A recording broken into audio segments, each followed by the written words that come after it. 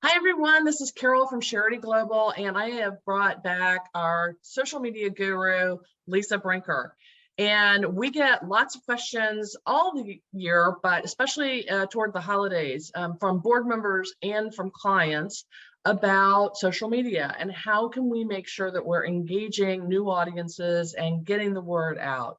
So Lisa is going to walk us through today how you can really up your game. So make sure you pay attention, and then we're going to ask you at the end again to share this with everybody that you know, because this is really incredible information and a lot of stuff that I didn't even know, and I'm really happy to share with everybody out there. So Lisa, I'm going to turn it over to you.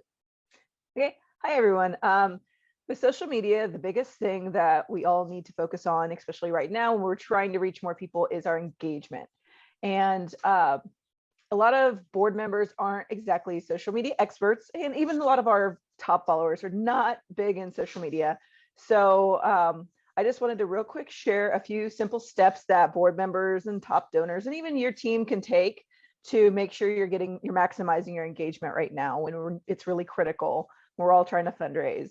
So I'm going to share my screen, and I'm just going to walk you through it really quick, and you can share this with anyone you want. Just tell them to follow these simple steps. So give me 1 second. Let me get my screen going and we will get started.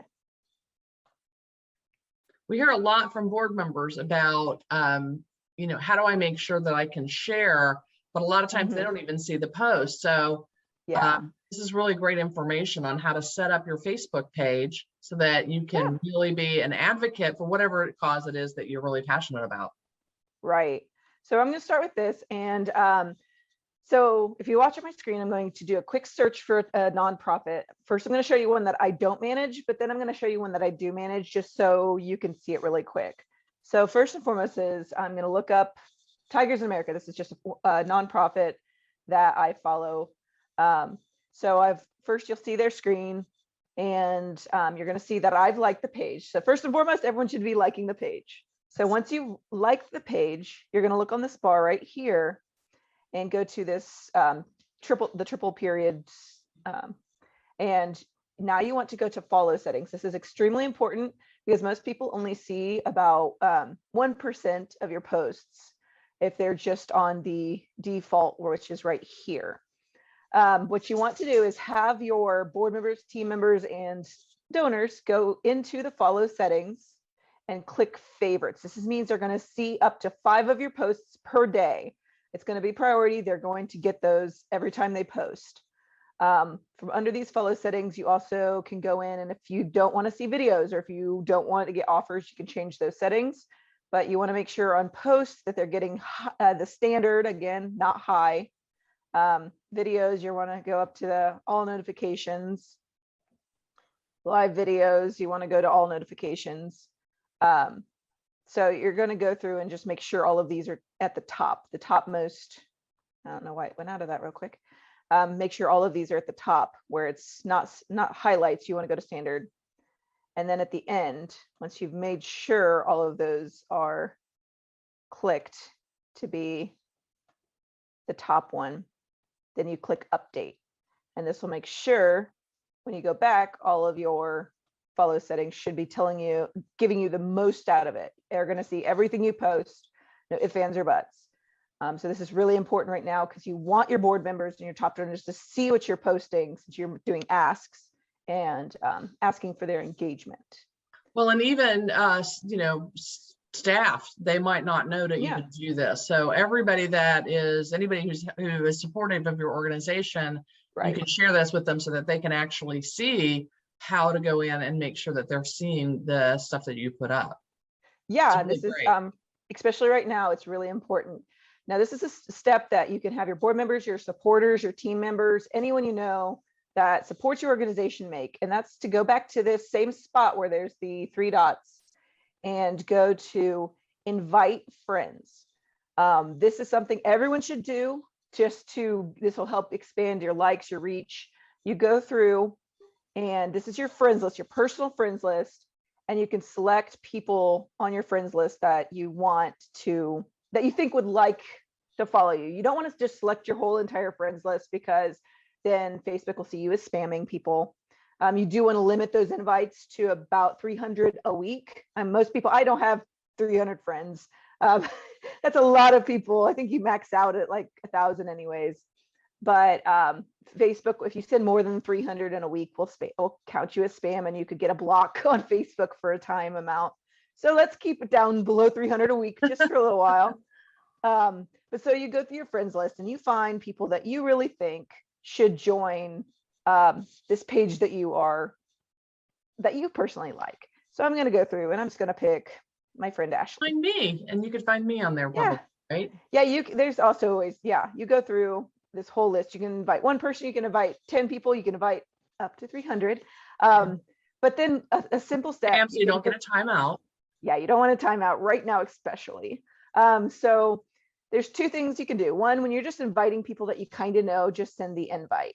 But if you're talking to someone that you really, really, really think should be on this list, someone you know, like this is Tigers in America, it's about big cats. So I have a friend that I know loves big cats just as much as I do, and they're not on this page right now. I can click also send an invite in Messenger. So when I do this, I send my invites, and then it should pop up a messenger. When I go to my messenger right here, it's going to show where I sent a message to Ashley. And I can explain to Ashley why I invited her. She's not just going to get a random invite. I'm going to go in and say, hey, Ashley, I'm going to tell her this is a demo, this is a test. But I can say something like, I really think you should join this page because you love tigers. So she'll get this invite, this message, and be able to see. So you could actually say, I'm really passionate, I'm on the board, I'd really love to have you following this organization. Right. So it gives you a little more personal touch. So they're just not getting because when you send an invite, usually it just comes up in their notifications. They'll see it. They're like, oh, maybe I'll be on it, maybe I won't. But when you add that little personal touch to people you really know really well, or there's a reason you're inviting them, then it makes it more personal and they're more likely to go like the page. Perfect. So it's a simple step and everyone can do it. You can just do 10 a day if you want to, or something like that, just to get more people and more reach out there. That's going to increase your likes. It's going to give some value behind those invites, and it really will help a lot. That's so great. Yeah, these two little steps right here really help expand your reach and expand your interaction, your engagement while they're in this critical fundraising time. So, I mean, you're going to want to put a post out or send an email out to your board members and top donors saying, hey, please like, share, and comment on all of our posts right now, and do these simple steps to make sure we're reaching the max of audience right now when we're trying to fundraise for Giving Tuesday or end of year or any time of year, really.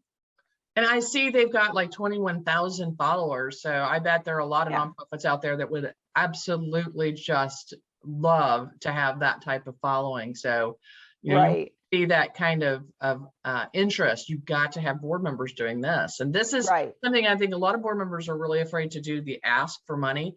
This is fundraising, right? This is a huge part of it, because people don't see your post. They are absolutely not going to know what's going on with your organization. So all that time and money you might be spending, you've got this small group. So having people do this gets it up on their page when they share and things like that, right? Yeah, and it's just something simple to do that doesn't cost money. So even you can even put this out as just an action people can take that won't cost them money, but will help you fundraise. And when you're doing those invites, like right here, it shows that 42 of my friends already like this page. They're not going to be coming up on that list because they already like the page. So you're not inviting people who already like the page too. Perfect. That's good. And one other thing that someone can do is, and it's not set up on this page, so I'm going to go to my other page really quick. So this page I actually manage, and so it looks a little different. So you're gonna sometimes you have board members or team members who manage your social media. There's a simple step that you got to take so that you can actually post as yourself. And as you see, mine has an interact as, and I like this, and I can interact as myself, not the page. So that can be a little confusing to some people who aren't really technologically advanced, or Facebook changes things, so sometimes you just don't realize what happens. It took some people I worked with a little while to realize, oh, I'm posting as my page, not as myself. How do I change this? Right. That's how you change it. So another thing people can do if they just don't have the money, or if you're a board member and you're just really wanting to fundraise some more, is you can create a fundraiser for the organization, for any organization you like. It's not doesn't have to be one you manage. It can be anyone as long as they've got that fundraiser setting set up. So you click on fundraisers, and this sometimes can be at the page, sometimes it's under the more. It depends how that page is set up. But it's if they've got it set up, it'll be right here somewhere, either one of these first three or under the more. And if they don't have a fundraising page, a fundraiser set up, you can actually contact the nonprofit that you support and tell them to set it up, because it really is important for them to have that, so that individuals can fundraise for your nonprofit, not just setting one up. And it's a fairly new thing, isn't it, with Facebook? It's been out a few years. It really just, it depends on, they have to set up their bank account information and all that. And it takes a little time. So it won't happen immediately. It's not just a little checkbox they have to click, but they have to go through and set up there so they can accept funding through Facebook. But once they do, once it's set up, it's really simple. You click on the fundraiser, and right here on the right side of your page will say create a fundraiser. And you just click that button and you can set up a fundraiser for that nonprofit. And it's from you. So you're going to go through and it's going to ask you to set goals. If I want us to raise, you can set any, it starts with 200. I can set up to a couple thousand to 250 for Christmas. It's got some, like when it's the start date, when it ends. My fundraiser, I wanted to go to the end of the year, so I'm going to go December 31st.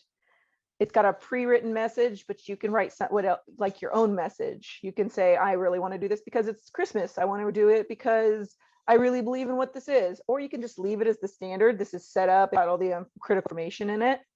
And then once that's all adjusted, I'll just say here, help me raise money for the etc. because they are amazing.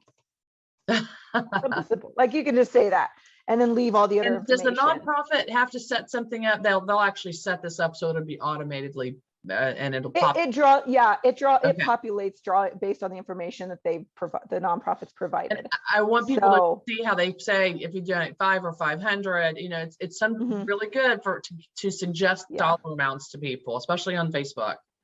Right, it's extremely important, and it gives something, just some. Like I said, it's already automatically generated, but you can add your own personal touch. When the nonprofit sets it up, when the nonprofit sets themselves up with the accepting funds, it guides them. So people know what they're raising money for, rather than just random money being asked for. If you can tell them that they're raising money to help pay for a habitat or help pay for the food for a bear for a month or whatever the amount is, and that means that the nonprofit needs to give the potential fundraising volunteers that dollar amount so that they have that. So just kind of a little aside on the sharing of making sure you're posting about impact. Right. And then it has a set photo, usually it's the header of the nonprofit, that you can keep or change depending on, and then it's a simple step like that. It walks you right through it, and then it'll tell you to invite friends. It'll tell you to invite people to your fundraiser, share your fundraiser, donate to your own fundraiser. If you want to do a fundraiser, you can donate $5 just to start it off, however you want to do that. And then you just click get started, and I'll invite my friend Hannah, and I'll invite my mom. But it goes through it. It lets you in people. Once you've invited a couple people, you just exit out. You can make a post.